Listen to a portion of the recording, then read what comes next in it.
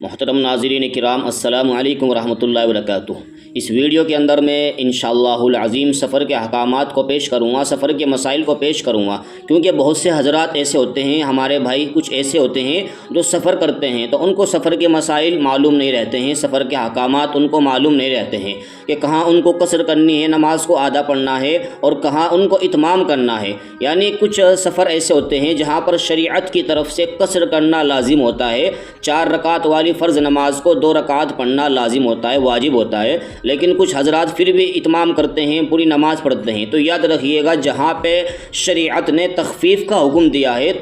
قصر کرنے کا حکم دیا ہے، تو وہاں پر جو ہے 4 رکعت فرض والی نماز کو 2 رکعت پڑھنا ہی واجب ہے، ورنہ وہ گناہ گار ہوگا، اور بعض صورتوں میں تو نماز کا اعادہ کرنا ہی واجب ہوگا۔ جیسا کہ ظہر کی نماز ہوتی ہے 4 رکعت فرض والی نماز ہوتی ہے، اسی طریقے سے عصر کی نماز ہوتی ہے 4 رکعت فرض والی نماز ہوتی ہے، یہ بھی اسی طریقے سے عشاء کی 4 رکعت فرض نماز ہوتی ہے۔ تو چونکہ یہ 3 نمازیں ایسی ہیں کہ ان میں جو ہے 4 رکعتوں میں جو 4 رکعت فرض نماز ہم لوگ پڑھتے ہیں جب سفر کے دوران ہوتے ہیں تو قصر کرنا لازم ہوتا ہے، واجب ہوتا ہے۔ ہاں، اگر امام صاحب کے پیچھے آپ لوگ پڑھ رہے ہیں تو پھر اس صورت میں جو ہے آپ لوگ پوری نماز پڑھیں گے، لیکن اگر آپ انفرادی طور پہ نماز ادا کر رہے ہیں یا آپ لوگوں میں سے جو مسافرین حضرات ہیں کوئی آپ لوگوں میں سے ہی امام بن جائے، تو ایسی صورت میں اگر وہ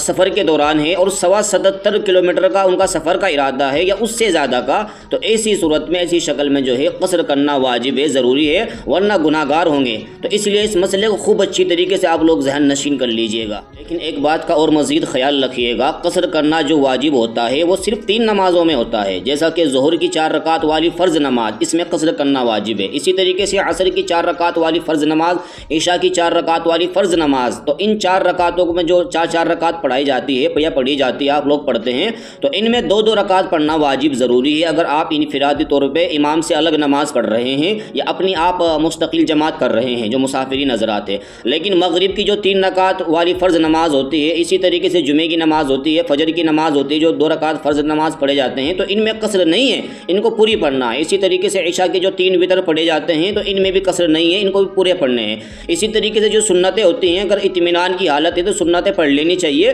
اور سنتوں میں قصر نہیں ہوتی، خوب اچھی طریقے سے ذہن نشین کر لیجئے گا۔ اس چیز کا بھی خوب اچھی طریقے سے خیال رکھیے گا، جب آپ لوگ سفر کرتے ہیں تو سفر کم سے کم آپ کا جو ہے 77 کلومیٹر کا ہونا چاہیے، اس سے کم نہ ہو، اور زیادہ کی کوئی حد نہیں۔ آپ چاہے 500 کلومیٹر کا سفر کریں، 1000 کلومیٹر کا سفر کریں یا 2000 کلومیٹر کا یا اس سے زائد کا سفر کریں، تو آپ لوگ مسافر شمار ہوں گے۔ لیکن اس چیز کا بھی اور مزید خیال رکھیے گا آپ لوگ کہ اگر آپ لوگ جس جگہ پر آپ پہنچ رہے ہیں، جا رہے ہیں، اور آپ وہاں جو ہے 15 دن سے کم دن ٹھہریں گے، تو یاد رکھیے گا آپ لوگ قصر کرتے رہیں گے۔ 15 دن کم سے کم اقامت کی نیت کرنا ضروری ہے۔ اگر آپ جس جگہ پر جا رہے ہیں یا کسی فیملی میں جا رہے ہیں یا کسی رشتہ داروں میں جا رہے ہیں، تو اگر آپ وہاں پر 15 دن کی نیت کریں گے یا 15 دن سے زیادہ کی نیت کریں گے، 1 مہینے کی یا 2 مہینے کی، پھر آپ مکمل نماز پڑھیں گے، پھر آپ مسافر کے حکم میں نہیں ہوں گے بلکہ مقیم کے حکم میں ہوں گے، پھر آپ لوگ پوری نماز پڑھیں گے۔ کیونکہ یہ بات میرے مشاہدے میں آئی ہے، سننے میں آئی ہے کہ کچھ حضرات ایسے ہوتے ہیں جو کہیں جو ہے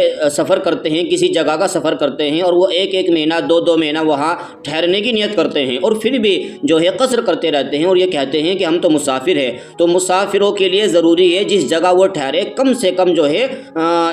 15 دن کی نیت کرنا ضروری ہے۔ اگر 15 دن سے کم ٹھہرنے کی نیت کریں گے تو پھر وہ قصر کرتا رہے گا، آدھی نماز پڑھتا رہے گا 4 رکعت والی فرض نماز کو۔ لیکن اگر 15 دن سے زیادہ ٹھہرنے کی نیت کریں گے تو یاد رکھیے گا مکمل نماز پڑھنی پڑے گی، اس میں کوئی قصر نہیں ہے۔ خوب اچھی طریقے سے ذہن نشین کر لیجئے گا۔ 77 کلومیٹر یا اس سے زیادہ کا سفر کرے تو قصر کرنا لازم ہے، لیکن اگر 77 کلومیٹر سے کم کا سفر کا ارادہ کرتا ہے تو پھر اب قصر نہیں کرے گا۔ مثال کے طور پہ کوئی آدمی جو ہے 70 کلومیٹر کا سفر کر رہا ہے تو وہ قصر نہیں کرے گا بلکہ مکمل نماز پڑھے گا۔ سفر کے احکامات کو اور مسائل کو سمجھنے کے لیے یہ بات سمجھنا بھی ضروری ہے کہ وطن کس کو کہتے ہیں، وطن کی کتنی قسمیں ہیں، کیونکہ اگر ہم وطن کو نہیں سمجھ پائیں گے کہ وطن کی کتنی قسمیں ہیں تو ہم لوگ یہ نہیں سمجھ پائیں گے کب قصر کرنا لازم ہے، کب اتمام کرنا لازم ہے۔ تو اس لیے سفر کے احکامات کو، مسائل کو سمجھنے کے لیے ہمیں سب سے پہلے وطن کی قسموں کو سمجھنا ضروری ہے۔ فقہی کتابوں پر اگر آپ غور کریں گے تو آپ کو وطن کی چند قسمیں معلوم ہوگی۔ نمبر 1 وطن اصلی، نمبر 2 وطن تعہن، نمبر 3 وطن توطن، نمبر 4 وطن اقامت عارضی، نمبر 5 وطن سکنا، تو فقہی کتابوں پر اگر آپ غور کریں گے تو یہ 5 قسمیں آپ کو وطن کی معلوم ہوگی۔ نمبر 1 وطن اصلی، نمبر 2 وطن تعاون، نمبر 3 وطن توطن، نمبر 4 وطن اقامت عارضی، نمبر 5 وطن سکنا۔ اب میں ان قسموں کی آپ کے سامنے مختصر سی وضاحت بھی کروں گا۔ سب سے پہلے میں آپ لوگوں کو بتاؤں گا وطن اصلی کس کو کہتے ہیں۔ تو یاد رکھیے گا وطن اصلی اس کو کہتے ہیں جہاں آپ لوگ پیدا ہوئے ہوں اور وہ آپ کا آبائی وطن ہو، یعنی آپ کے باپ دادا اس جگہ پر رہتے ہوں، تو یاد رکھیے گا وہ آپ کا وطن اصلی ہے۔ اسی طریقے سے وطن اصلی اس کو بھی کہتے ہیں کہ اگر کوئی شخص، کوئی بندہ کہ اپنے اصلی جگہ سے، اپنے وطن اصلی سے کوچ کر جائے، وہاں سے منتقل ہو جائے اپنے بیوی بچوں کو لے کر کسی اور جگہ رہنے لگے مستقل طور پر، اور وہ وہاں سے جو ہے جانے کی اس نے نیت بھی کر لی ہو کہ اب میں یہاں پر کبھی نہیں آؤں گا، یعنی ہمیشہ کے لیے اس جگہ کو وہ چھوڑ کر چلا گیا، تو اب وہ اس کا وطن اصلی ختم ہو جائے گا اور جس جگہ وہ جا کر رہے گا وہ اس کا وطن اصلی ہوگا۔ اسی طریقے سے اگر کوئی آدمی اپنے آباء و اجداد کے وطن کو چھوڑ کے چلا گیا ہو، کسی اور جگہ پر وہ رہتا ہو اور ساتھ میں اپنی بیوی بچے بھی رکھتا ہو، لیکن ابھی اس نے اپنے جو وطن اصلی تھا اس کا جو پہلے، ابھی وہاں سے اس نے مستقل نیت نہیں کی، بلکہ سال میں 1-2 مرتبہ اس جگہ پر آ جاتا ہو، یا اس کی وہاں پر زمین ہو، یا اس کی کچھ علامتیں ہیں، کچھ نشانیاں ہیں، گھر بار اس کا بھی کچھ حصہ وغیرہ ہے۔ تو کہنے کا مقصد یہ ہے کہ اگر کوئی آدمی جو ہے مستقل طور پہ نیت کر کے نہیں گیا اپنے وطن اصلی سے، تو اب بھی وہ اس کا وطن اصلی رہے گا، اور اس جگہ پر وہ جب بھی آئے گا تو وہ مکمل نماز پڑھے گا۔ وطن اصلی کا حکم یہی ہوتا ہے کہ وطن اصلی میں پہنچتے ہی اس کو نیت کرنے کی ضرورت نہیں ہے، بلکہ وطن اصلی میں پہنچتے ہی اس کو مکمل نماز پڑھنا ضروری ہے۔ وہاں پر نیت کرنا کوئی ضروری نہیں ہے، بلکہ پہنچتے ہی آٹومیٹک اس کو اتمام کرنا ضروری ہوگا، اس کو مکمل نماز پڑھنا ضروری ہوگا۔ اس مسئلے کو خوب اچھی طریقے سے آپ ذہن نشین کر لیجئے گا۔ دوبارہ پھر بتاتا ہوں کہ اگر کوئی آدمی اپنے آباء و اجداد کے وطن سے مستقل طور پر چھوڑ کر چلا گیا ہو، ہمیشہ کے لیے چلا گیا ہو، اور اس کی نیت بھی یہ ہو کہ اب میں دوبارہ یہاں پر کبھی نہیں آؤں گا، اور وہ کسی اور دوسری جگہ پر رہنے لگا، تو وہ اس کا وطن اصلی ہوگا جہاں پر وہ چلا گیا،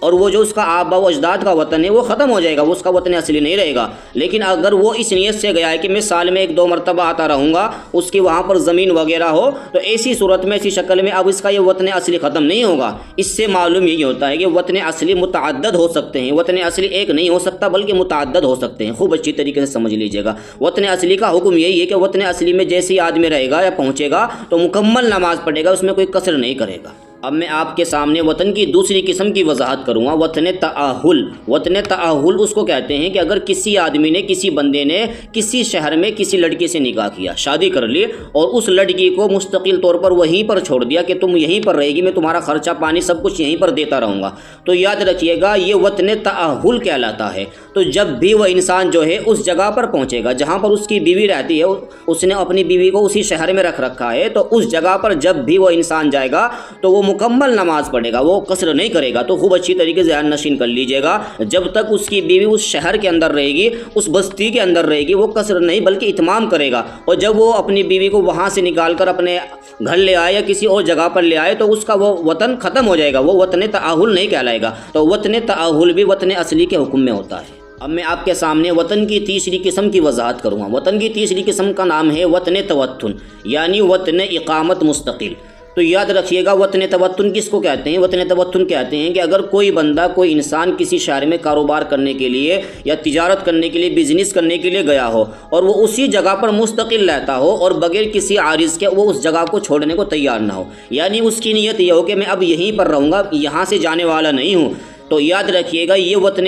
توطن کہلاتا ہے، وطن اقامت مستقل کہلاتا ہے۔ تو اس کا حکم جو ہوتا ہے یہ وطن اصلی کا ہی حکم ہوتا ہے۔ جب بھی وہ انسان اپنی اس جگہ پر پہنچے گا تو مکمل نماز پڑھے گا، تو وہاں بھی اس کو نیت کرنے کی ضرورت نہیں ہے، کیونکہ جب انسان کسی جگہ پر کاروبار کرتا ہے، ملازمت کرتا ہے، اور مستقل وہیں رہنے کا ارادہ ہو، بغیر کسی عارض کے وہاں سے جانے کا ارادہ نہ ہو، تو وہ جگہ وطن اصلی کے حکم میں ہوتی ہے۔ اب میں آپ لوگوں کے سامنے وطن کی چوتھی قسم کی وضاحت کروں گا۔ وطن کی چوتھی قسم کا نام ہے وطن اقامت عارضی۔ وطن اقامت عارضی اس کو کہتے ہیں کہ اگر کوئی آدمی کسی جگہ پر پہنچے اور اس کا جو سفر ہے وہ سفر شرعی ہونا چاہیے، یعنی 77 کلومیٹر کا سفر ہونا چاہیے، تو اس جگہ پر وہ 15 راتیں یا اس سے زائد ٹھہرنے کی نیت کرے، بشرطے کہ وہ جگہ اس کے لیے وطن اصلی کے درجے میں نہ ہو، تو وہ اس کے لیے وطن اقامت عارضی کہلائے گا۔ اس کا حکم یہ ہے کہ اگر وہ آدمی 15 دن یا 15 دن سے زیادہ ٹھہرنے کے وہاں پہ نیت کرتا ہے تو وہ مکمل نماز پڑھے گا، جیسے ہی وہاں سے نکلے گا تو وہ سفر کے دوران قصر کرے گا۔ اسی طریقے سے یہاں پہ ایک مسئلے کی اور وضاحت کر دیتا ہوں، اگر کسی نے کسی جگہ پر 15 دن کی ٹھہرنے کی نیت کری،